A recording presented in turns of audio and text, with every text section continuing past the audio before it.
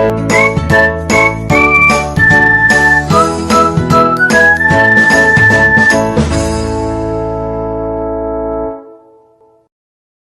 जीनियर्स, welcome back to my channel. So geniuses, जो आज हम डिस्कस करने जा रहे हैं वो है AS7 यानी अकाउंटिंग स्टैंडर्ड 7 कंस्ट्रक्शन कॉन्ट्रैक्ट्स। तो सबसे पहले अपन देखते हैं कंस्ट्रक्शन का मतलब।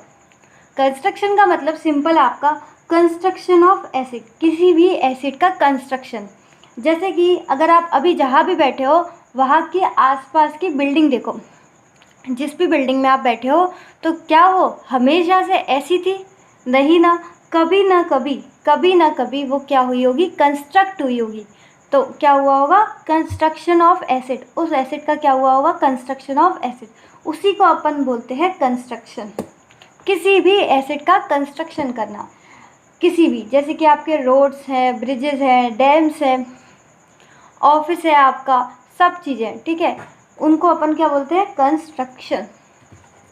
अब कंस्ट्रक्शन कॉन्ट्रैक्ट्स, अब कंस्ट्रक्शन कॉन्ट्रैक्ट्स में कौन कौन आते हैं? तो कंस्ट्रक्शन कॉन्ट्रैक्ट्स में आपके दो बंदे आते हैं। कंस्ट्रक्शन कॉन्ट्रैक्ट्स में कितने बंदे आते हैं आपके? दो। एक वो होता है जो उस बिल्डिंग को, जो उस एसेट को क्या करा रहा होगा, कंस्ट्रक्ट करा रहा होगा, उसको कंस्ट्रक्ट करा रहा होगा, उसे अपन बोलते हैं कॉन्ट्रैक्टी। और जिससे वो कंस्ट्रक्ट करा रहा होगा, देखो इस कॉन्ट्रैक्टी के हाथ में देखो पैसा है ना, ये इस पैसा देके कॉन्ट्रैक्टर से वो काम करा रहा होगा। तो जिस बंदे से वो काम करा रहा होगा उसको अपन बोलते हैं कॉन्ट्रैक्टर। तो ये जो छोटू छोटू आपको दिख रहे हैं बंदे, इनका नाम क्या है? एक का नाम है कॉन्ट्रैक्टी जो कंस्ट्रक्ट करा रहा है, और दूसरे का नाम क्या है, कॉन्ट्रैक्टर जो क्या कर रहा है, कंस्ट्रक्ट कर रहा है। और उससे करा कौन रहा है, ये। तो अगर आप जिस बिल्डिंग में रह रहे हो, अगर वो आपकी खुद की है, तो यानी किसी आपके फैमिली मेम्बर ने वो कंस्ट्रक्ट कराई होगी, तो उसे अपन बोलेंगे कॉन्ट्रैक्टी, आपके फैमिली मेम्बर को। और जिससे उन्होंने करवाई होगी उसे अपन बोलेंगे कॉन्ट्रैक्टर। दूसरा केस, अगर जिस बिल्डिंग में आप बैठे हो उसका आप रेंट देते हो, तो मीन्स वो आपकी तो है नहीं, तो वो उस बंदे की है जिसको आप रेंट देते हो, उनको क्या बोलते हैं, लैंडलॉर्ड। यानी कि यहाँ पर कॉन्ट्रैक्टी कौन हुआ इस केस में, लैंडलॉर्ड। आपके फैमिली मेम्बर ने तो नहीं बनवाई, अगर फैमिली मेम्बर ने बनवाई होती तो कॉन्ट्रैक्टी कौन होता, वो फैमिली मेम्बर। लेकिन यहाँ पर आप रेंट दे के उसमें रह रहे हो, जैसे कि आप हॉस्टल में हो अभी, तो आप रेंट दे के रह रहे हो, तो उसको हम बोलेंगे, आपके लैंडलॉर्ड को बोलेंगे अपन कॉन्ट्रैक्टी। और जिससे उन्होंने बनवाई होगी वो आपका होगा कॉन्ट्रैक्टर। तो कॉन्ट्रैक्टी और कॉन्ट्रैक्टर समझ में आया। अब ये जो कंस्ट्रक्शन कॉन्ट्रैक्ट जो अपन पढ़ रहे हैं AS7 अकाउंटिंग स्टैंडर्ड 7, ये किसको एप्लीकेबल है, कॉन्ट्रैक्टर को या कॉन्ट्रैक्टी को? ये एप्लीकेबल है कॉन्ट्रैक्टर को। अभी आगे देखते हैं क्यों ये कॉन्ट्रैक्टर को ही एप्लीकेबल क्यों है, आगे जाके देखेंगे, ठीक है। Applicable only for contractor. AS7 किसको एप्लीकेबल है, सिर्फ और सिर्फ कॉन्ट्रैक्टर को। अब देखो ये AS7 हमें पढ़ने की ज़रूरत क्यों आई, ये AS7 हमें पढ़ने की ज़रूरत क्यों आई, मतलब ऐसा स्टैंडर्ड, ऐसे रूल्स एंड रेगुलेशन, ऐसे नॉर्म्स क्यों बनाने की ज़रूरत आई। तो अगर आप देखो, जनरली अगर देखो तो कंस्ट्रक्शन जो है हमारा, किसी भी बिल्डिंग का, किसी भी एसेट का, तो वो 1-2 साल में नहीं कंप्लीट होता, ज़्यादा से ज़्यादा 3 साल 5 साल, है ना, ऐसा जो है वो टाइम लग जाता है। मतलब कंस्ट्रक्शन में जो है वो टाइम ज़्यादा लगता है। इतना, जैसे कि अगर मैं देखूँ ऐसे 5 साल लग रहा है, ठीक है, इस तरीके से 5 साल लग रहा है। अब दिक्कत क्या आती है, सबसे पहली दिक्कत कि कंस्ट्रक्शन में कितना टाइम लगता है, बहुत ज़्यादा, ये 5 साल लग रहे हैं। अब दिक्कत क्या आती है कि हर साल में मैं कितना रेवेन्यू मानूँ और कितनी कॉस्ट मानूँ। किसको दिक्कत आती है, कॉन्ट्रैक्टर को। कॉन्ट्रैक्टर कहता है 5 साल का कॉन्ट्रैक्ट है, 5 साल में मुझे एक बिल्डिंग बनानी है, तो मैं हर साल, ये हर साल है, 1 साल 2 साल 3 साल 4 साल 5 साल, मैं हर साल कितना रेवेन्यू मानूँ अपना और कितना कॉस्ट बनाऊँ। मतलब मैं अपने अकाउंट्स को कैसे मेंटेन करूँ, मुझे समझ नहीं आ रहा। कौन बोल रहा है, कॉन्ट्रैक्टर। तो कॉन्ट्रैक्टर को दिक्कत आती है कि वो अपना रेवेन्यू और कॉस्ट किस तरीके से एलोकेट करे, ठीक है, क्योंकि वो 5 साल का होता है और उसे हर साल जो है एलोकेट करके शो करना है। तो ये सारी जो दिक्कतें हैं वो सारी की सारी कौन सॉल्व करता है? AS7 यानी आपका अकाउंटिंग स्टैंडर्ड 7। तो चलो पढ़ते हैं। The construction activities take a long period. जो कंस्ट्रक्शन की एक्टिविटीज़ होती है वो क्या? लॉन्ग पीरियड, बहुत ज़्यादा समय लेती है। And usually fall into different accounting period, अलग अलग, समझ रहा है? द प्राइमरी इशू मतलब द प्राइमरी दिक्कत जो होती है, द प्राइमरी दिक्कत इन कंस्ट्रक्शन कॉन्ट्रैक्ट, इस कंस्ट्रक्शन कॉन्ट्रैक्ट में जो मुख्य हमारी दिक्कत होती है, द प्राइमरी इशू क्या होता है? How to allocate the total contract revenue. Total contract revenue मतलब ये जो 5 साल का जो हमें ये पैसा मिला है, ये 5 साल का टोटल कॉन्ट्रैक्ट का जो हमें पैसा मिला है, उसे हम हर साल कैसे एलोकेट करें, ठीक है। दोबारा से देखो, ये 5 साल का जो हमें कॉस्ट लगा है इसको बनाने के लिए, उसे हम हर साल कैसे एलोकेट करें। यानी कि कॉन्ट्रैक्टर को ये समझ नहीं आ रहा कि वो जो कॉन्ट्रैक्ट की रेवेन्यू है, टोटल रेवेन्यू, और जो टोटल कॉस्ट है उसको हर अकाउंटिंग पीरियड्स में कैसे एलोकेट करें। तो आगे देखो, तो ये क्या है दिक्कत क्यों आई? क्योंकि कंस्ट्रक्शन क्या लेता है? बहुत ज़्यादा समय लेता है, उसकी जो एक्टिविटीज़ है वो बहुत ज़्यादा समय लेती है, तो इसलिए ये दिक्कत आई, ठीक है। ये समझ में आया, बहुत ज़्यादा समय लेती हैं इसलिए ये दिक्कत आई। अब इस दिक्कत का आगे सॉल्यूशन देखो। The standard gives guidance. अब ये वाला जो स्टैंडर्ड है, कौन सा स्टैंडर्ड? AS7, ये गाइडेंस प्रोवाइड करता है on such allocation of contract revenue. हमारी दिक्कत क्या थी कि हम कॉन्ट्रैक्ट का जो रेवेन्यू है और जो कॉस्ट है टोटल, उसको एलोकेट कैसे करें। तो ये हमें गाइड करता है कि हम एलोकेशन कैसे करें, किसका? कॉन्ट्रैक्ट के रेवेन्यू का और कॉन्ट्रैक्ट के कॉस्ट का हम एलोकेशन कैसे करें इन दी P&L statement for accounting period. मतलब हर अकाउंटिंग पीरियड का जो P&L अकाउंट बनेगा, प्रॉफिट एंड लॉस स्टेटमेंट बनेगा, उसमें हम ये सारे के सारे जो रेवेन्यू और कॉस्ट किस तरीके से एलोकेट करें, कौन बताएगा? AS7 हमें गाइड करेगा। इन विच कंस्ट्रक्शन वर्क इज परफॉर्म। चलो, तो पूरी बात मुझे लगता है आपको समझ में आ गई होगी। अभी तक हमने क्या पढ़ा? कंस्ट्रक्शन का मतलब किसी भी एसेट का कंस्ट्रक्शन होना, चाहे जिसमें आप रह रहे हो वो बिल्डिंग, ऑफिस की बिल्डिंग, डैम्स आपके, ब्रिजेस, इस तरीके से उसको अपन बोलते हैं कंस्ट्रक्शन। कंस्ट्रक्शन कॉन्ट्रैक्ट्स में 2 जने आते हैं, कौन कौन? एक जो कंस्ट्रक्शन करा रहा होता है कॉन्ट्रैक्टी, और जो कर रहा होता है वो कॉन्ट्रैक्टर। ये एस किसको एप्लीकेबल है? ओनली और कॉन्ट्रैक्टर को। ये सबसे बड़ी दिक्कत कैसे आया, AS7 कैसे आया? तो सबसे पहले दिक्कत क्या थी कि जो कंस्ट्रक्शन की एक्टिविटीज़ होती है वो बहुत ज़्यादा समय लेती है। तो हमारी जो प्राइमरी दिक्कत होती है वो ये होती है कि हम कैसे अपनी रेवेन्यू और कॉस्ट को अलोकेट करें। जो टोटल कॉन्ट्रैक्ट की रेवेन्यू और कॉस्ट होती है, जो टोटल कॉन्ट्रैक्ट की रेवेन्यू और कॉस्ट होती है, उसे कैसे अलोकेट करें, कौन देता है गाइडेंस? AS7। ये अब तक हमने बस इतना सा पढ़ा, ठीक है। अब देखो, एक लाइन बीच में रह गई, ये वाली देखो, not applicable for construction undertaken on its own account. इसका मतलब क्या है? देखो, not applicable for construction undertaken on its own account. ये एक बात बताओ, ये AS7 क्यों आया? अभी अभी मैंने बताया कि कॉन्ट्रैक्टर को ये दिक्कत आ रही है कि वो अपना रेवेन्यू और कॉस्ट किस तरीके से एलोकेट करें, क्योंकि अगर उसे रेवेन्यू और कॉस्ट एलोकेट कर लिया जाएगा, उसे ये पता चल जाएगा किस तरीके से एलोकेट किया जाए, तो वो हर साल का क्या कर सकता है? प्रॉफिट कैलकुलेट कर सकता है। इसलिए तो वो ये सारी दिक्कतें हुई थी, और इसकी गाइडेंस कौन प्रोवाइड करता है? AS7।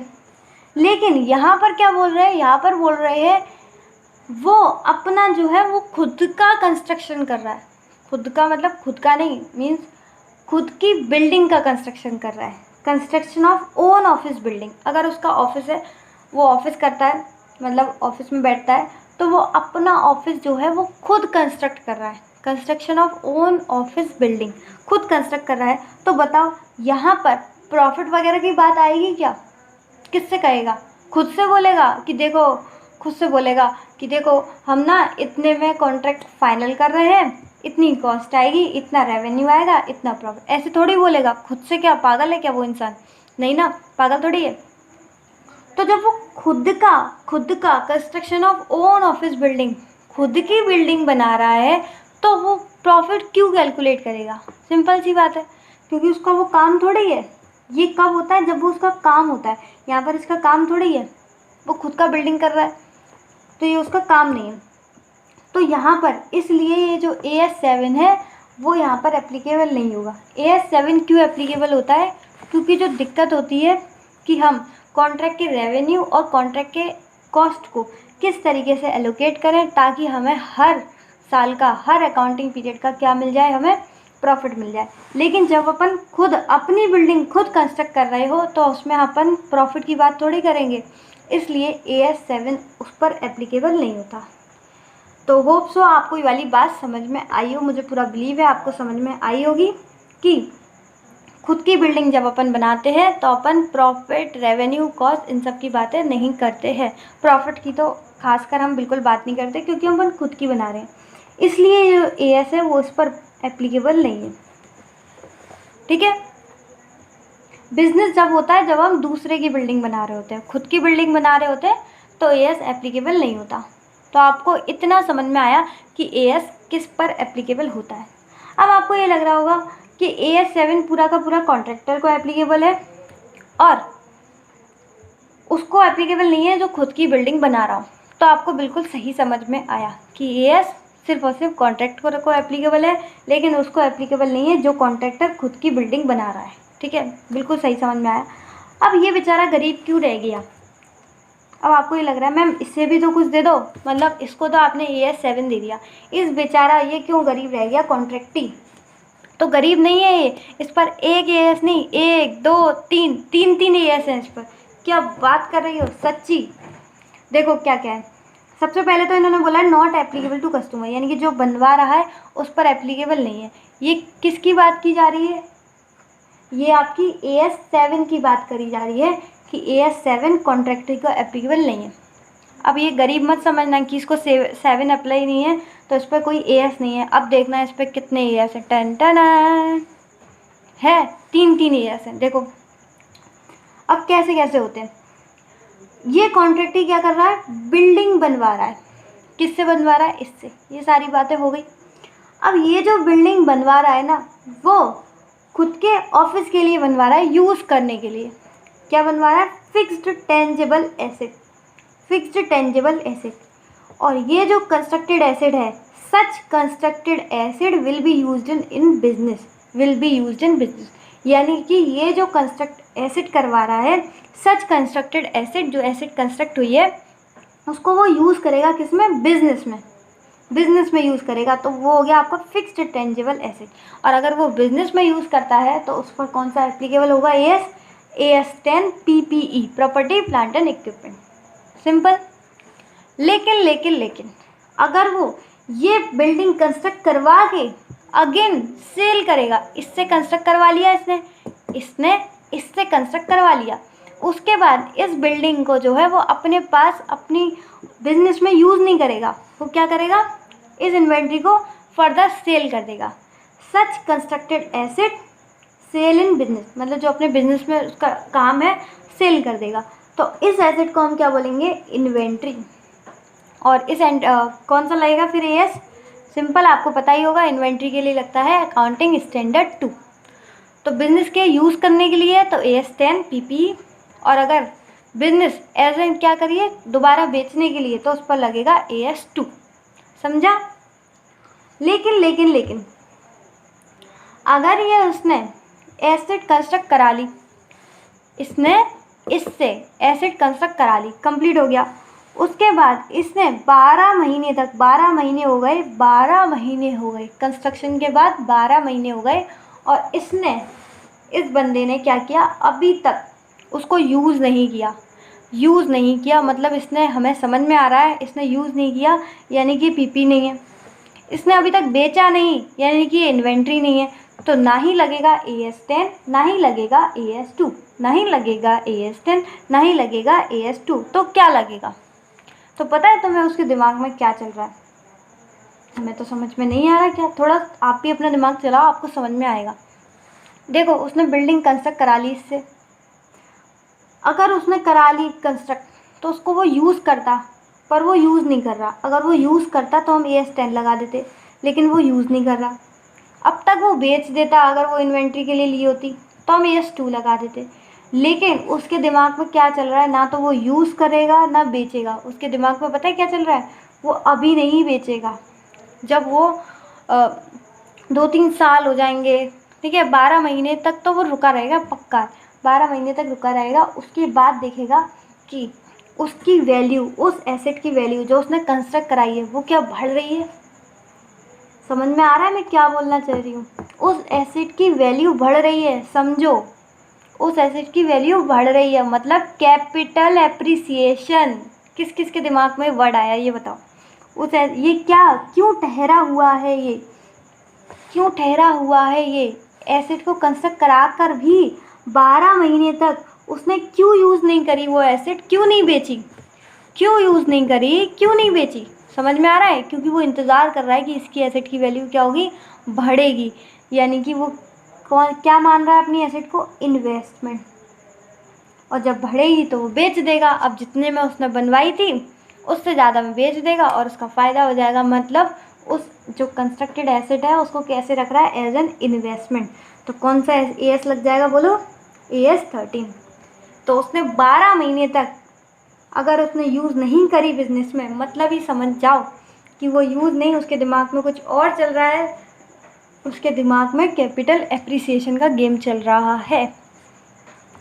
तो समझा? कॉन्ट्रैक्टर को क्या लगता है, AS7, जिससे कि वो पूरे कॉन्ट्रैक्ट के रेवेन्यू और कॉस्ट को अलोकेट कर सके।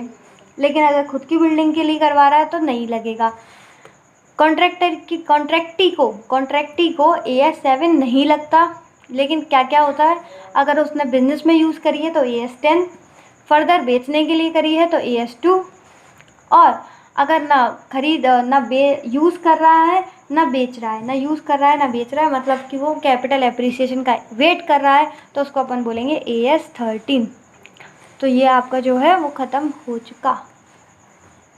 AS नहीं, ओनली एक पेज ख़त्म हुआ है।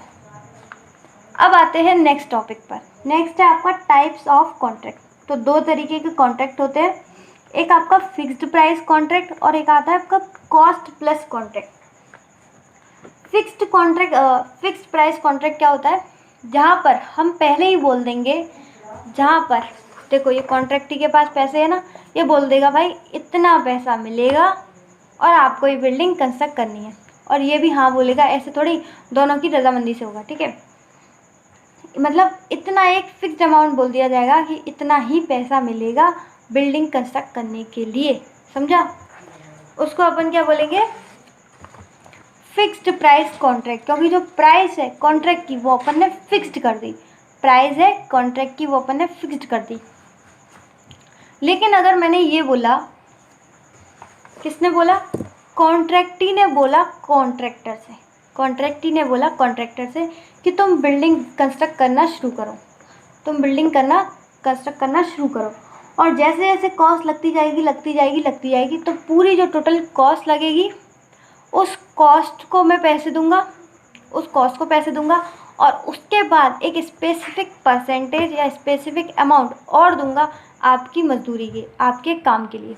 यानी कि एक फिक्स प्राइस इतनी तो दूंगा, किसके लिए, जो आपने कॉस्ट लगाई है बिल्डिंग बनाने के लिए, उसके अलावा इतना अमाउंट और दूंगा, या तो वो परसेंट में होगा या अमाउंट में।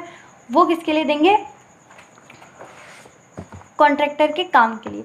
उसको अपन बोलते हैं कॉस्ट प्लस कॉन्ट्रैक्ट। ऐसा कॉन्ट्रैक्ट जो कॉस्ट, सबसे पहले जो भी कॉन्ट्रैक्टर ने कॉस्ट बियर अप करी है, मतलब जो भी गिट्टी वालू जो भी लेके आए हैं वो बिल्डिंग को कंस्ट्रक्ट करने के लिए, वो सारी की सारी कॉस्ट प्लस एक अमाउंट और देंगे, किसके लिए, कॉन्ट्रैक्टर के काम के लिए।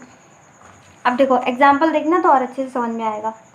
सबसे पहले fixed price contract. In these contracts contractors agrees for fixed price of contract.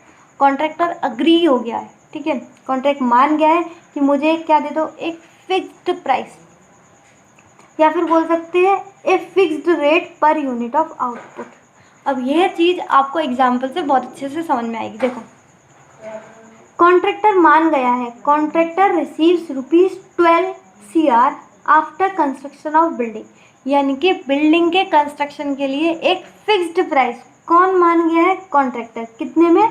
12 crore में। तो 12 करोड़ क्या हो गई आपकी? एक फिक्स्ड प्राइस। या फिर और ही रिसीव्स ₹12 CR पर बिल्डिंग कंस्ट्रक्टेड, यानी कि एक बिल्डिंग कंस्ट्रक्ट होगी तो 12 करोड़, दूसरी बिल्डिंग होगी तो 12 करोड़, मतलब हर एक यूनिट ऑफ आउटपुट के लिए, पर यूनिट ऑफ आउटपुट हर एक बिल्डिंग के लिए वो कितना माना है? 12 करोड़। ठीक है, एक ही बात है, फिक्स्ड प्राइस है दोनों में। फिक्स्ड प्राइस कितना है? 12 CR। एक फिक्स्ड रेट बोल सकते हैं या एक फिक्स्ड प्राइस, इसको अपन बोलते हैं fixed price contractor. Fixed price contract, जहाँ पर कॉन्ट्रैक्ट एग्री कर जाता है कि एक फिक्स्ड प्राइस लेने के लिए। तो समझा? आगे देखते हैं। कॉस्ट प्लस कॉन्ट्रैक्ट, इसमें क्या होता है?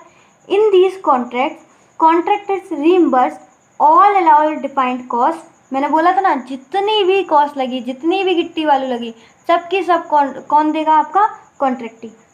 तो रीइंबर्स कर देगा सारे के सारे कॉस्ट जो भी डिफाइन किए गए होंगे, प्लस प्लस प्लस और क्या देगा? Plus fixed percentage of profit, या बोल सकते हैं उसको फी। यानी कि जितनी भी कॉस्ट लगी है, डिफाइंड कॉस्ट लगी है, वो सारी की सारी रीइंबर्स कर देगा कॉन्ट्रैक्टी। इसके अलावा प्लस क्या देगा? एक फिक्स्ड परसेंटेज, क्या? प्रॉफिट या फिर फी बोल सकते हैं। किसको देगा? कॉन्ट्रैक्टर के काम के लिए। अब इसको भी एग्जाम्पल से समझते हैं तो और अच्छे समझ में आएगा। Contractor receives amount spent for construction, यानी कि जो भी उसका खर्चा हुआ है कॉन्ट्रैक्टर का बिल्डिंग बनाने के लिए, वो तो उसे मिलेगा ही मिलेगा, क्योंकि भाई उसने अपनी जेब से दिया है वो बिल्डिंग बनाने के लिए, तो क्यों नहीं मिलेगा? उसे बिल्कुल मिलेगा। तो contractor receives amount spent for construction, जितना भी कंस्ट्रक्शन के लिए उसने अमाउंट स्पेंड किया है वो तो उसे मिलेगा ही मिलेगा, प्लस प्लस प्लस और क्या मिलेगा साथ में? 2% ऑफ अमाउंट स्पेंट, मतलब उसने जितना भी स्पेंड करा है इसका, ये दिख रहा है आपको?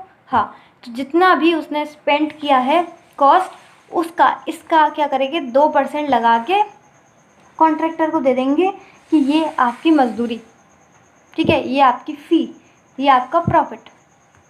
या फिर और या क्या कर सकते हैं दूसरा काम?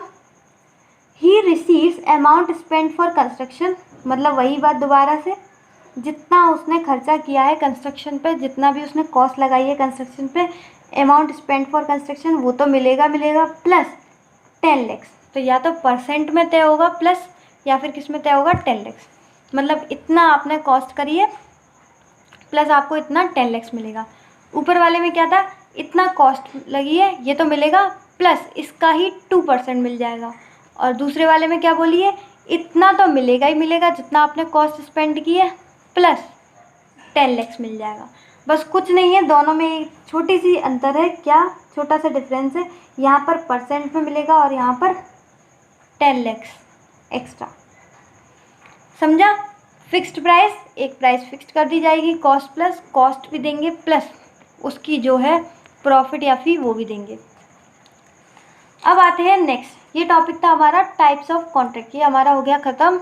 अब अपन आते हैं नेक्स्ट टॉपिक पर, ये आपका recognition of contract revenue and expense.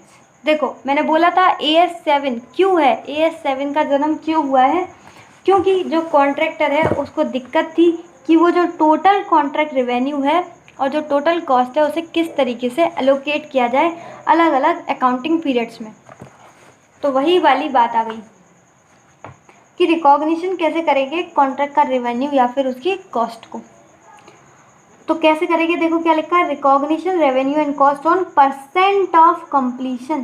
तो भाई सिंपल सी बात है, कॉस्ट और रेवेन्यू को किस तरीके से रिकॉग्नाइज करो? जितना वो कंप्लीट हो गया हो, जितना कंप्लीट हो गया हो उतना आप मानो कि उतना हमारा कंप्लीट हो गया, और जितना आपका कॉस्ट कंप्लीट हो गया यानी कि जितना आपका काम कंप्लीट हो गया उतना ही आप अपना क्या मानो? उतना ही हिस्सा अपना रेवेन्यू में मानो। तो कैसे करेंगे? सबसे पहले कॉस्ट देखो, कॉस्ट को रिकॉग्नाइज कैसे करेंगे? रिकॉग्नाइज इफ रिकॉग्नाइज इफ, तभी रिकॉग्नाइज करना अगर in the year when cost is incurred, जिस साल में वो इनकर हुई हो उसी साल कर देना। ऐसे नहीं पूरी की पूरी 5 साल की कॉस्ट को तुम एक ही साल में डाल दो, ऐसे मत करना। जिस साल कॉस्ट इनकर्ड हुई हो, जैसे इस साल 2 लाख हुई हो, 3 लाख हुई हो, जिस साल में जितनी कॉस्ट इनकर्ड हुई हो उस साल में उतनी कॉस्ट को आप रिकॉग्नाइज कर दो, मतलब P&L में डाल दो। तो कॉस्ट समझा, कॉस्ट को कैसे रिकॉग्नाइज करना है, जिस साल इनकर हुई हो। अब आते हैं रेवेन्यू को किस तरीके से रिकॉग्नाइज करना है। Recognise on percent of completion basis, तो जितना हमारा काम कंप्लीट हो गया हो उतना ही हमारा परसेंट किस में होगा, रेवेन्यू में। प्लस प्लस प्लस प्लस तभी रिकॉग्नाइज करना अगर वो रेवेन्यू रिकवरेबल है। अपने ख्याली पुलाव मत बनाना कि हमें इतना रेवेन्यू आएगा ऐसे करके P&L में मत डाल देना। अगर वो रेवेन्यू रिकवरेबल है मतलब आपका कॉन्ट्रैक्टी आपको उसके लिए पैसा देगा, तभी जो है आप उसको रिकॉग्नाइज करना। अगर वो रेवेन्यू जो है एक तो कंप्लीशन बेसिस पे प्लस रिकवरेबल हो, आपका जो कॉन्ट्रैक्टी है वो आपको देगा पैसे, इफ़ रेवेन्यू इज़ रिकवरेबल। तो रेवेन्यू के लिए 2 कंडीशन और आपके कॉस्ट के लिए 1। नेक्स्ट टॉपिक देखो, how to calculate percent of completion. ये इससे ही आपका रिलेटेड, यहाँ पे बोल रहे थे परसेंट ऑफ कंप्लीशन बेसिस। अब परसेंट ऑफ कंप्लीशन बेसिस कैसे कैलकुलेट किया जाए, तो परसेंट ऑफ कंप्लीशन 2 तरीके से कैलकुलेट किया जा सकता है।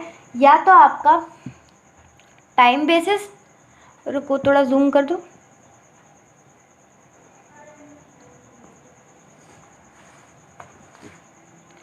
हाँ अब ठीक है। या तो आपका टाइम बेसिस या फिर आपका कॉस्ट बेसिस।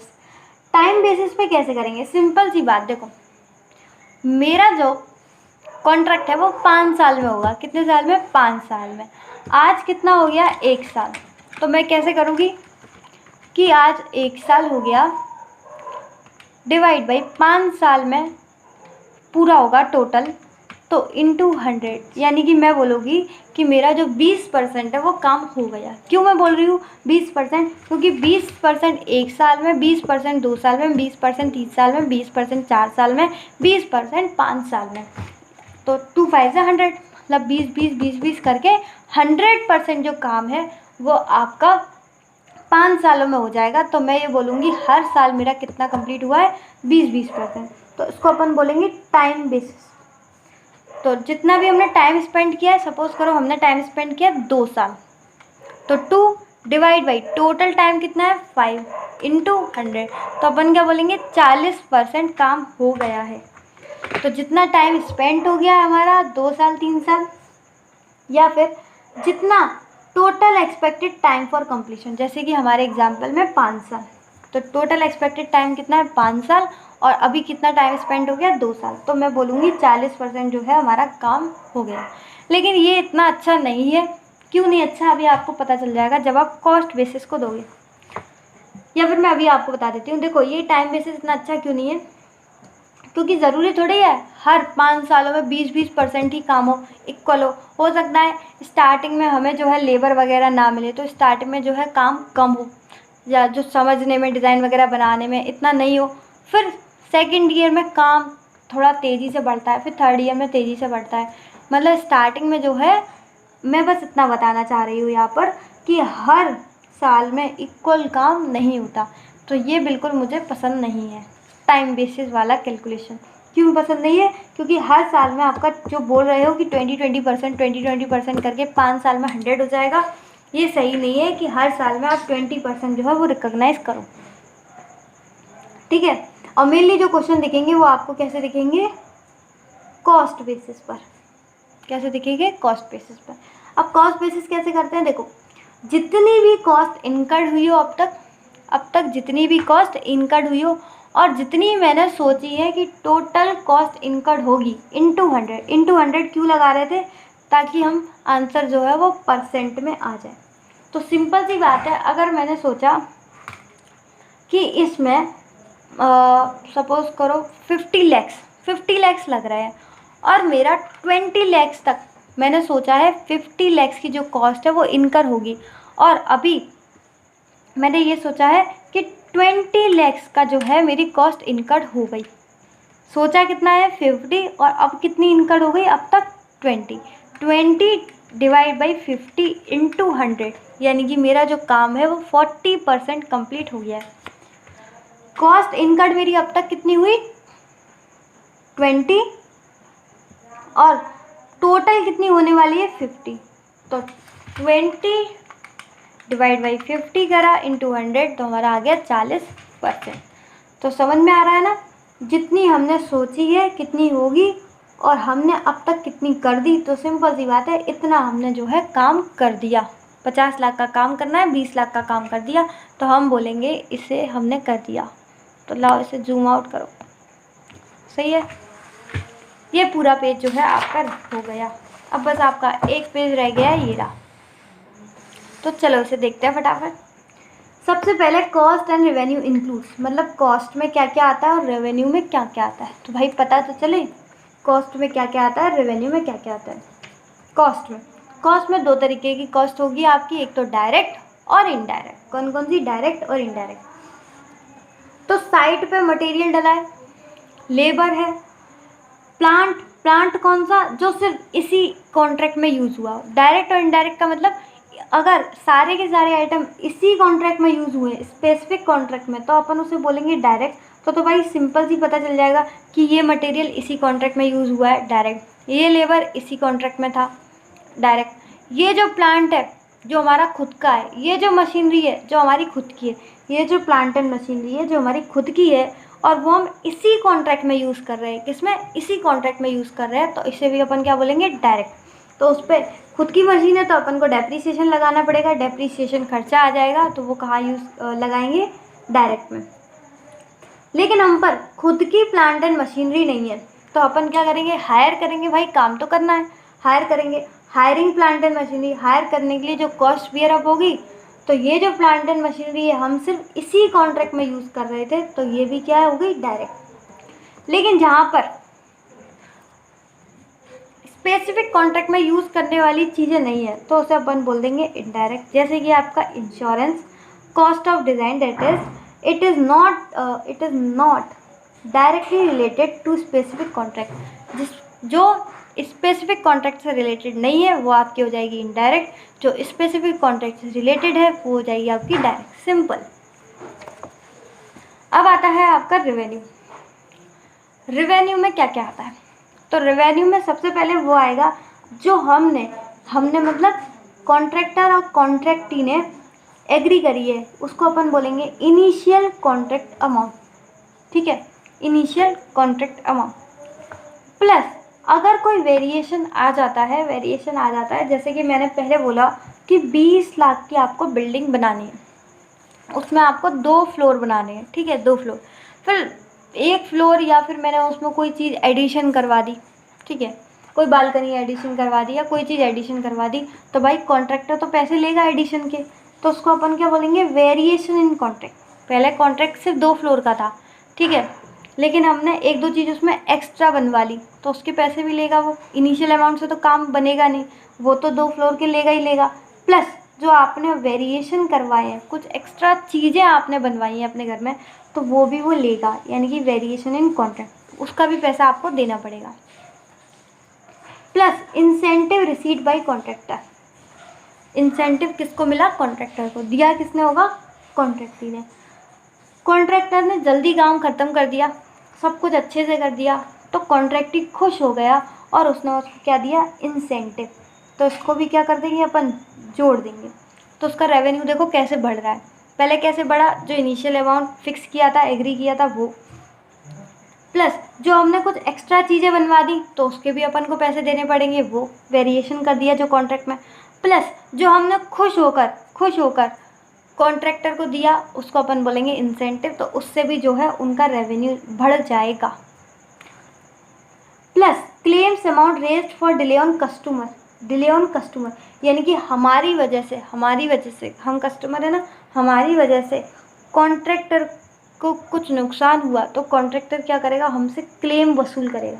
मतलब हमने उससे कुछ बोला था कि भाई हम ये आपका कर देंगे, मतलब कुछ काम ऐसा बोला था जो हम करेंगे, लेकिन हमने टाइम पर नहीं किया, उसकी वजह से खर्चा किसका हो गया, कॉन्ट्रैक्टर का, तो वो भी हमें देना पड़ेगा कॉन्ट्रैक्टर को, ठीक है। या फिर अपन ने उससे बोला था कि भाई हम तुझे रॉ मटेरियल जो है वो हम ले आएंगे सस्ता, लेकिन हम लेके नहीं आए। अब कॉन्ट्रैक्टर को जो है उस टाइम तो सस्ता मिल रहा था, लेकिन अब वो महंगा मिल रहा है, तो वो हमारी वजह से। क्यों? क्योंकि हमने बोला था कि हम लेके आएंगे, लेकिन हम लेके नहीं आए। तो ये गलती किसकी है? हमारी। क्यों हम बीच में बोले कि भाई हम ले आएंगे, हम तो ला नहीं पाए। तो कॉन्ट्रैक्टर को, अब वो मटेरियल खरीदा कॉन्ट्रैक्टर ने तो उसको महंगा पड़ा, तो ये किसकी वजह से हुआ है? हमारी वजह से, हमारी वजह से, ठीक है। हमारी वजह से कॉन्ट्रैक्टर को नुकसान हुआ, तो हमें क्या करना पड़ेगा? उसको कंपनसेट करना पड़ेगा, क्लेम देना पड़ेगा। लेकिन लेकिन लेकिन अब कॉन्ट्रैक्टर फंसा, कॉन्ट्रैक्टर की वजह से, कॉन्ट्रैक्टर की वजह से हमें नुकसान हुआ, कॉन्ट्रैक्टर की वजह से हमें नुकसान हुआ। तो अब तक हम उससे पैसे बढ़ा के दे रहे थे, अब हम उसके पैसे काट लेंगे, काट लेंगे उसके पैसे। क्यों काट लेंगे उसके पैसे? क्योंकि हमें नुकसान हुआ। पेनल्टीज अब due to delay cause by contractor, contractor ने डिले कर दिया काम में, जिसकी वजह से क्या हो रहा है? हमें नुकसान हो रहा है, तो हम उसका क्या है? पैसे काट लेंगे।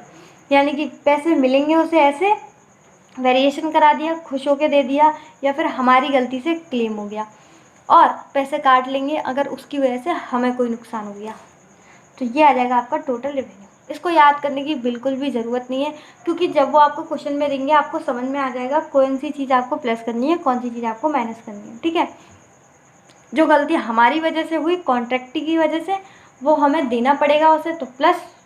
और जो कॉन्ट्रैक्टर की वजह से हुई, कॉन्ट्रैक्टर की वजह से हुई, उसकी वजह से हमें हुई, तो हम उसके पैसे काट लेंगे, तो माइनस हो जाएगा। तो कोई प्लस माइनस है रट्टाफिकेशन मत शुरू कर देना, फटाफट से याद कर ले यही आएगा, ऐसा कुछ मत करना, ठीक है। दिमाग है तो सबको समझ में आ जाएगा। तो ये भी हो गया आपका टॉपिक। बस बस बस थोड़ा सा रह गया है। क्या रह गया है आपका? Combining and segmenting. 2 टॉपिक रह गए छोटू छोटू से, फटाफट इससे निपटाते हैं। कंबाइनिंग एंड सेगमेंटिंग का क्या मतलब होता है?